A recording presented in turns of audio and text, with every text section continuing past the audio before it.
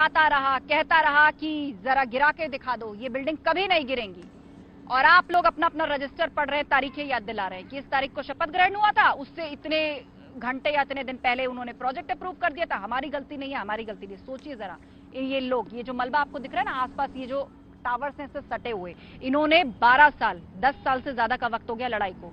इन्होंने सूरज की रोशनी नहीं देखी, इनके घर में सूरज की रोशनी नहीं आती, इनके घर में सीधी ताजी हवा नहीं पहुंचती। जानते किस लिए? क्योंकि करप्शन का टावर इतना ऊंचा बिल्कुल उनके घर के बाहर बना दिया गया था कि यहाँ की हवा, पानी, लाइट सब कुछ रुका हुआ था। लीगल एक्सपर्ट हमारे साथ हैं यहाँ पर, रुद्र सिंह जी है, सीनियर एडवोकेट है।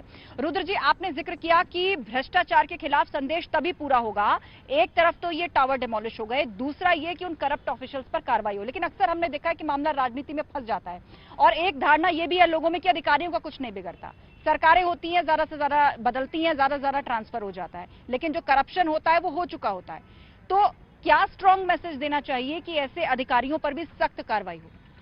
देखिए, आपने बिल्कुल ठीक कहा कि जो अधिकारी होता है वो सबकी सरकार में वही अधिकारी होता है, लगभग चाहे 2012 में आप बात करें, 2006 में जब पहला एक्सटेंशन हुआ, 2012 में जब दूसरा एक्सटेंशन हुआ, अधिकारी वही रहा होगा। अधिकारी को सब पता होगा और वो सरकार को भी बताता है। तो कोई भी जो सपा की सरकार है अगर ये कहे कि नहीं हमें नहीं पता था, तो बिल्कुल ये बहुत, आप कोई भी एक आम आदमी जो एकदम अनपढ़ आदमी होगा वो भी इस बात पर विश्वास नहीं करेगा।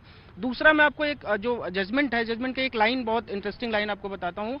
जैसे चंद्रचूड़ ने लिखा था कि Supertech and Noida authority had engaged in complicity, nefarious complicity, मतलब एक साठगांठ, जो आपराधिक साठगांठ इनकी हुई थी। निफेरियस कॉम्प्लिसिटी वर्ड जो यूज किया था यहाँ पे। निफेरियस कॉम्प्लिसिटी का मतलब शायद सारे प्रवक्ता यहाँ समझते होंगे कि जो आपराधिक साठगांठ, बिना इनके साठगांठ के जो अथॉरिटी और इन सुपरटेक बिल्डर्स के, तो अगर बिना साठगांठ के नहीं हुआ है, तो अगर एक को सजा मिल गई आज, तो दूसरे जो अथॉरिटी के जितने भी अधिकारी हैं, पहला ऐसा मामला मैं आपको बताऊं कि इसमें दो सीईओ के खिलाफ एफआईआर हैं। तो ये उनके खिलाफ केवल एफआईआर ही ना बन के रह जाए, बल्कि उसमें एक कार्रवाई हो, उचित कार्रवाई हो, जिससे कि जो लोग भी ये लड़ाई लड़े, जो भी इतनी लंबी लड़ाई इन्होंने, ऐसा ना हो कि कुछ छोटी मछलियों पर गाज गिर जाए और जो बड़ी मछलियां हैं वो बच जाएं और करप्शन के रास्ते आगे भी खुले रहे। ये एश्योरेंस राजेश चौधरी जी आपको देना होगा, क्योंकि आपकी सरकार है और आप ही लोग कह रहे हैं कि हमारी सरकार है और इसी कारण सुप्रीम कोर्ट के ऑर्डर का एग्जीक्यूशन इतने तरीके से हुआ है कि आज ये टावर डिमोलिश है। अब इससे आगे की जो आधी लड़ाई है वो एश्योरेंस भी आप ही को जनता को देना होगा।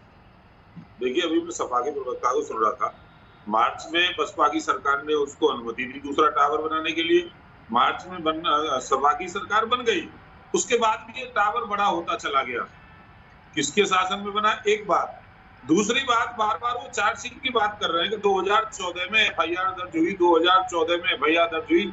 सरकार में रहे 17 तक। मैं एडवोकेट हूँ, मैं जानता हूँ, मैं भी इतना तो समझता हूँ कि 90 दिन में केस की जांच हो जानी चाहिए थी। अरे आप 3 साल में चार्जशीट नहीं दाखिल कर पाए, आप किस मुंह से हमारे ऊपर उंगली उठा रहे हो भाई? आप 3 साल में नहीं कर पाए, और जब कोर्ट में मामला चला गया।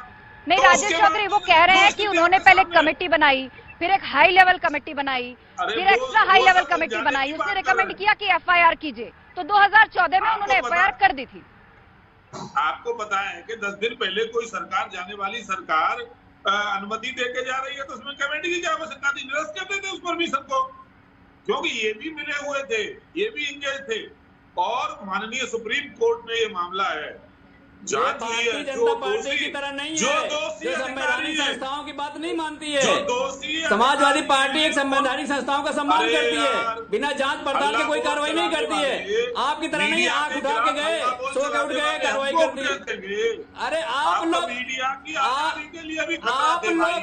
क्या करते हैं? पूरा देश जानता है, पूरे देश को गुमराह कर रहे हो, सुप्रीम कोर्ट के निर्णय को अपने थपथपा रहे हो। अरे हिम्मत होती तो कोई कार्रवाई कर देते। एक एफआईआर हुई थी, उस पर चार्जशीट लगवा देते, किसी एक को जेल भेज देते। लेकिन चंदा लेने की जल्दी है, क्या करोगे? क्यों कार्रवाई करोगे?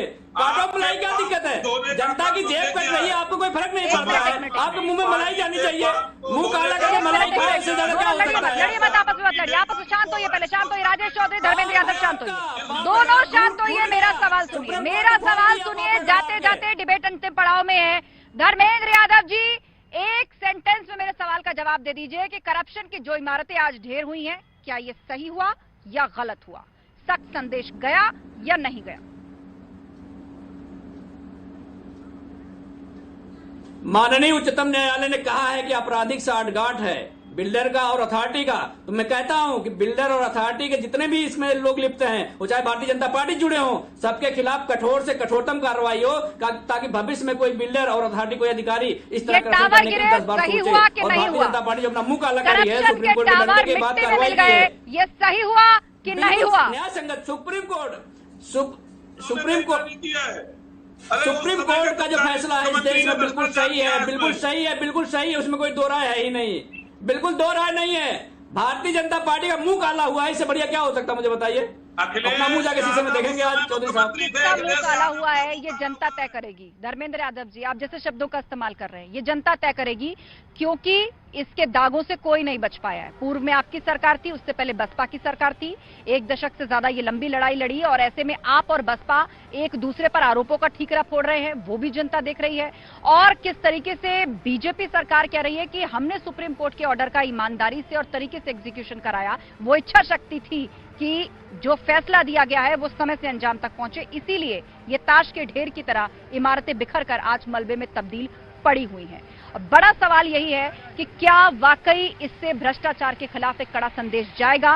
क्या न्याय की लड़ाई यही खत्म हो गई या अब भी कुछ हिस्सा बाकी है?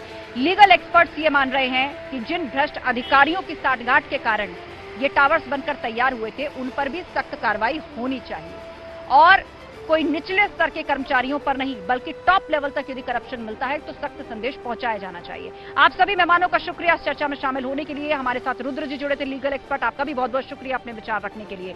तो महाबहस में फिलहाल ग्राउंड जीरो से इतना ही, लेकिन ट्विन टावर से जुड़ी हुई हर एक अपडेट हम लगातार आप तक पहुंचाते रहेंगे। और इस वक्त का बड़ा अपडेट ये है कि जो ट्विन टावर से सटी हुई इमारतें थी, उनके रेजिडेंट्स को फिलहाल अभी रोका गया है, क्योंकि अभी सेफ्टी ऑडिट्स पर पूरी तरह फाइनल रिपोर्ट नहीं आई है। लेकिन जो दूर दराज की इमारतें हैं, उनके रेजिडेंट्स का आना अब धीरे धीरे शुरू हो जाएगा।